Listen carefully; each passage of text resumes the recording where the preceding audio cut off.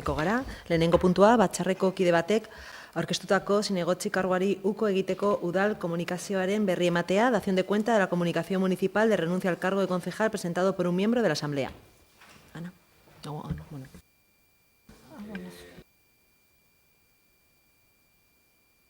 Zion bere zinegotzi karguari udalean, uko egite hori osoko bilkurak onartu zuen eta akordio horren berri eman digute mankomunitatean. Mankomunitateen estatutuen arabera zinegotzi izan behar da asamblea-kide izateko, beraz uko egite horrekin Miguel Ángel asamblea-ko kide izatea lagatzen.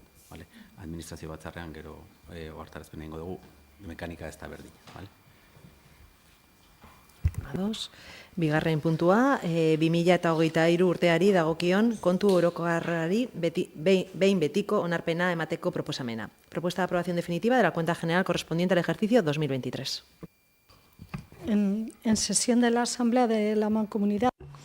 Mankomunitateak ekainaren 12an egindako batzarraren arabera aldeko txostena ematea erabaki zen eta ondorioz 2023ko ekitaldeko aurrekontuaren kontu orokorra 15 egunez jendaurrean jartzea onetsi zen interesdunek egokiritzitako erreklamazioak, eragozpenak eta oharrak egin zitzaten. Ikusirik erabaki horren iragarkia Gipuzkoako aldizkari ofizialean argitaratu zela, 115. zenbakian, 2024ko ekainaren 14an, eta ez dela erreklamaziorik, eragozpenik edo oharrik aurkeztu garaiz eta behar bezala, horregatik proposatzen da mankomunitatearen batzarrak erabaki dezan betiko onartzea Txingudiko zerbitzu mankomunitatearen 2023ko ekitaldiko aurrekontuaren kontu orokorra.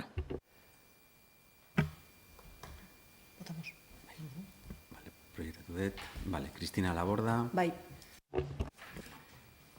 Miguel Ángel azaltzen dago indikan aplikazioak ez duelako desberdinketa egiten uzten administrazio batzarraren artean eta asambladaaren artean. Bino bozkak gaur 89 izango lirateke. Borja Olazabal. Bai. Gorka Álvarez. Bai. Ollana Briones. Bai. David Nuño. Bai. Iñigo Manrique. Sip. Bai. Bai. Hortzi Alonso. Bai. Gonzalo Carrión.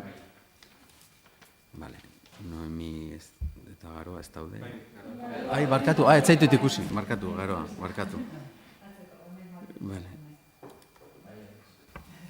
Ekaitz, si es tan amable de leer. Bai, Ekaitz mesedez irakurriko duzu, 86 aldezko bozka, abstentziorik ez eta aurkako bozkarik ez. Falta diren botoak, Noemi Odriosolari dagozkionak dira. Beraz, honetsitzat emango dugu. Mankomunitatearen 2023ko finantza kontrolerako urteko plana betetzeari buruzko txostenaren berri ematea. Dar cuenta del informe sobre el cumplimiento anual de control financiero 2023 de la Mancomunidad de Servicios de Txingudi. Vale. Bueno, a continuación os expongo. Jarraian, azalduko dizu ezer eduki duen plataforman erantsi dugun txostenak. Funtsean, egin duguna zera da. Analisi bat egin dugu batetik kontrol iraunkorrarena eta bestetik betetze mailaren auditoretzarena. Kontrol iraunkorrari dagokionez, aztertu dugu zer nolako kontrol dagoen fakturazioaren eta kontsortzioari GHK-ari egiten zaizkion ordainketen artean, dakizuenez eunekorik handiena mankomunitate honen fakturazioan, badain zuzen ere fakturazio hori. Beraz,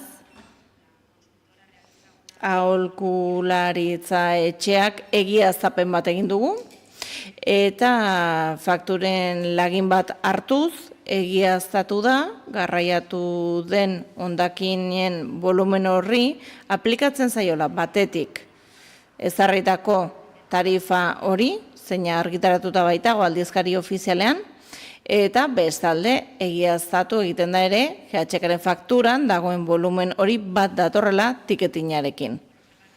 Hau da, egin diren albaran horiekin. Zeinak lortzen baitira kontsortzioaren pixatze sistemetan. Beraz, ondorioetan azaltzen denez analizatutako faktura guztiek aldizkari ofizialean argitaratutako tarifak aplikatzen dituzte eta ez da alderik aurkitu aztertutako fakturetan xatutako hondakin prozesatuen kantitatean eta tiketetan volumenarekin alderatuta. Hori batetik. Betetze mailaren ikuskaritzari dagokionez, aztertu da batetik kontratazioari dagokion betetze maila eta bestetik txingudiko zerbitzuetako langileen kontratazioari dagokiona. Kontratazio publikoari dagokionez, bagara indar esleitzailea eta aztertu dira hainbat kontratu, zerbitzuenak, obrenak eta hornidurenak. Ikus ditzakezue, txikita dagoen taula horretan zer ohar egin dizkiguten, baina ikus dezakezuen bezala gehienak errepikatu egiten dira. 3 dira funtsean egin direnak kontratu horietan, batean diote ez dela justifikatzen kontratua sortatan ez banatzeko erabaki hori, ez dela justifikatzen, horregatik hemendik aurrera, eskaera horrian, aipatu egingo dugu, berariaz eta justifikatu egingo dugu.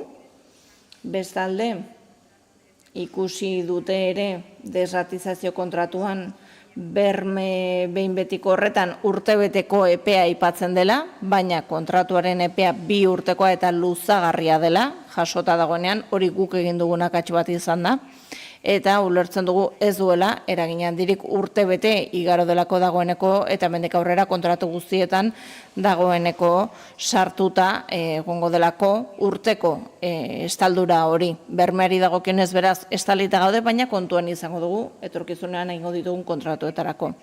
Eta azkenik aipatzen dute ere data batzuetan ebazpen data ez dela bete. Esleipen datak edo kontratuen formalizazioetan hor batzuetan badakigu gertatzen dela, oporraldiekin edo jaiegunekin kointzitzen dutenean, ez dela betetzen bera, saiatuko gara hori ere zuzentzen, aldenean aliketa gutxien izan daitezen horrelako akatsak. Ondorio gisa, aholkularitza etxeak adierazten du sozietatea zentzuz bete duela administrazio kontratazioaren arloan indarrean dagoen araudia. Eta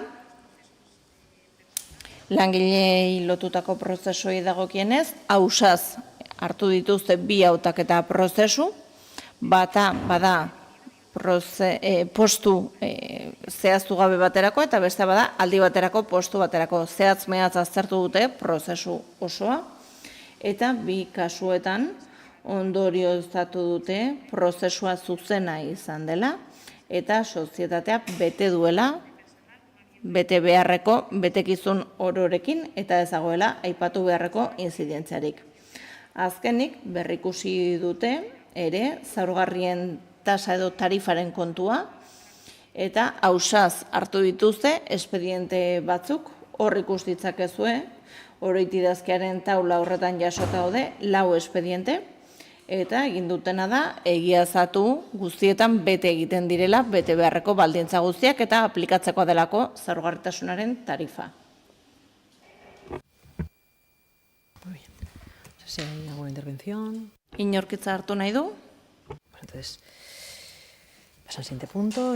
Hurrengo puntura igaroko gara. Puntua 2024ko bigarren 3 hilekoaren aurrekontu itxieraren berri ematea, dar cuenta del cierre presupuestario del segundo trimestre de 2024.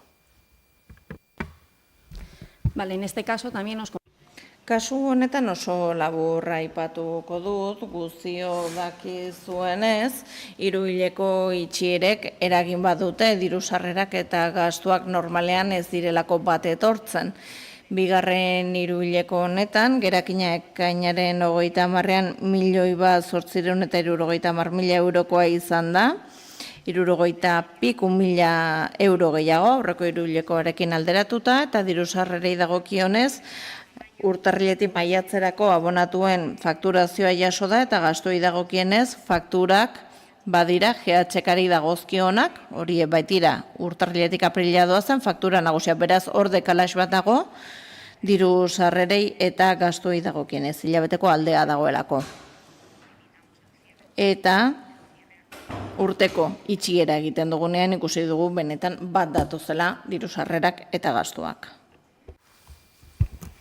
Galderaren bat, alguna pregunta. Galderaren bat. Entonces pasaríamos al Consejo. Orduan kontseiluari helduko diogu.